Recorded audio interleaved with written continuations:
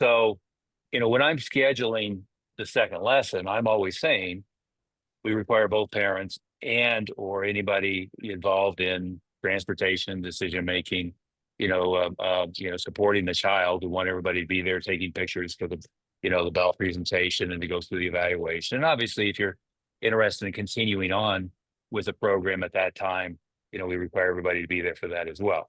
Now, notice that I'm not leading with, we're going to sit down and talk about money and talk about signing a contract. And, anybody who needs to be involved in that conversation needs to be there.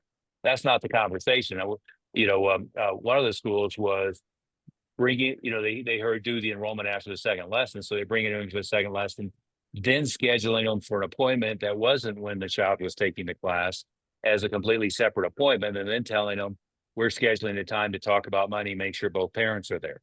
Well, you just kind of like stabbed them with a knife on two sides.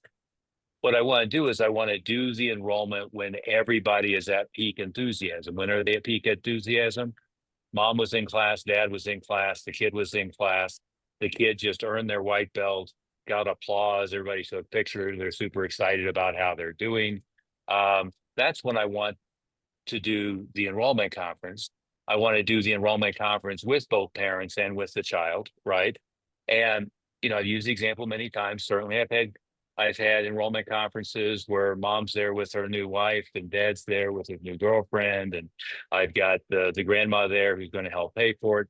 There's all of those weird iterations, but for 95% of them, you have mom and dad.